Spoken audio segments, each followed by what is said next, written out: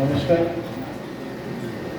মঞ্চে উপবিষ্ট শ্রদ্ধেয় ব্যক্তিবর্গ এবং সামনে বিশিষ্ট কবি সাহিত্যিক এবং আমার কিছু স্টুডেন্ট এসছে, তাদেরকে ধন্যবাদ জানাই। আজকে সবাই এসছে, খুব ভালো লাগছে আজকে এসে। একটা কথা আছে, জ্ঞান সকল সম্পদের জননী। জ্ঞান সকল সম্পদের জননী। সেবা ফার্মা সেই জ্ঞানীদেরকেই সম্বর্ধনা দেন, জ্ঞানীদেরকেই পুজো করেন। তো আজকে মনে হচ্ছে আমিও একটু জ্ঞানী জ্ঞানী হয়েছি, যদিও নিজেকে জ্ঞানী হিসেবে ভাবি না। খুব ভালো লাগছে।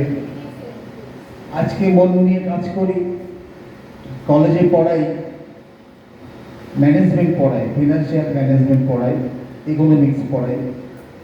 কিন্তু পড়াতে পড়াতে দেখলাম আসলে মাইন্ড ম্যানেজমেন্টটাই আসল। মনকে ব্যবস্থাপনা করা দরকার আগে। তারপরে তো 4খানা মাস্টার ডিগ্রি করতে হয়েছে, পোস্ট গ্রাজুয়েট ডিপ্লোমা করতে হয়েছে, সবই পেটের তাগিদেই আর কি বলবো। এবং পরে খোঁজখবর নিয়ে করতে গেলে, কারণ আমাদের কাজই হচ্ছে হিউম্যানটাকে হিউম্যান রিসোর্স বানাতে হয় কি করি। তো যাই হোক, সেই চেষ্টায় সেইভাবে আমি অনবরত কাজ করে চলেছি। তারপরে আজকের অনুভূতি যেটা, যে খুব ভালো লাগছে, ভীষণ রকমভাবে উদ্বুদ্ধ হলাম। এবং উদ্বুদ্ধের মধ্যে আমাদের পাঁচুদা আছেন। হঠাৎ একদিন বলছিলেন পাঁচুদা, যে আমি একটা ফেসবুকে শেয়ার করেছিলাম যে ওই ডায়াবেটিস যে জন্য হার্ট অ্যাটাক হয় না, ব্রেন স্ট্রোক হয় না, কোলেস্টেরলের জন্য হার্ট অ্যাটাক, ব্রেন স্ট্রোক এসব কিছু হয় না, মন খারাপের জন্য হয়। পাঁচুদা সেটা সবাইকে নাকি শেয়ারও করেছিলেন। তখন বুঝেছিলাম পাঁচুদা যখন এখন শেয়ার করছেন, নিশ্চয়ই একটা দামি কিছু আমি শেয়ার করেছি। তখন নিজেকে একটু দামি দামি বলে মনে হতো। আর আজকে বাসুদেবরে নেই। আমি 11 সালের সরোজদার পত্রিকা যমুনামতিতে লিখেছিলাম, বাঁচতে হলে পড়তে হবে, মানে পড়ার জন্য সাইকোলজিক্যাল যে ব্যাপার বেনিফিট আছে সেটা নিয়ে লিখেছিলাম 11 সালে। বাসুদা ওটাকে জোগাড় করে উনি ওনার লাইব্রেরিতে যত্ন করে রেখেছিলেন।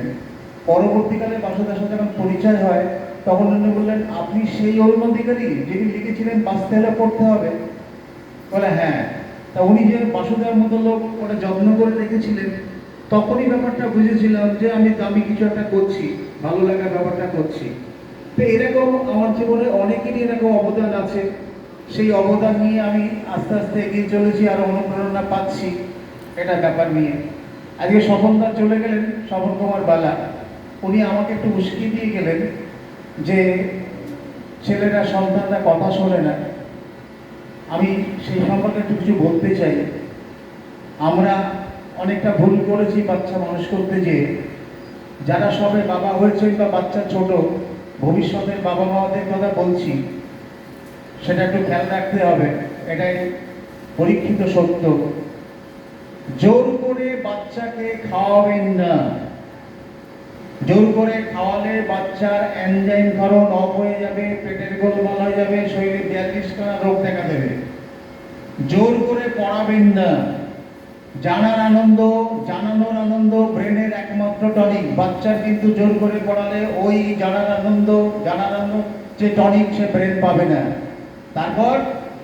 তারপর মেয়েরা ক্লাস 10-এর পরে বাপ মায়ের কথা শুনবে না, ছেলেরা 12 ক্লাসের পরে বাপ মায়ের কথা শুনবে না, নিজেরা অবাধ্য হয়ে বাপ মাকে কিন্তু জব্দ করবে। আমরা জানতাম না, বুঝতাম না, আমরা ভুল করেছি, আপনারা ভুল করবেন না। এইভাবে অবাধ্য যদি হতে থাকে, নিজেকে নষ্ট করে দেওয়া। কথাটা কি? পাগলের সংজ্ঞা পাল্টে গেছে। পাগল কাকে বলে সেটা কিন্তু পাল্টে গেছে।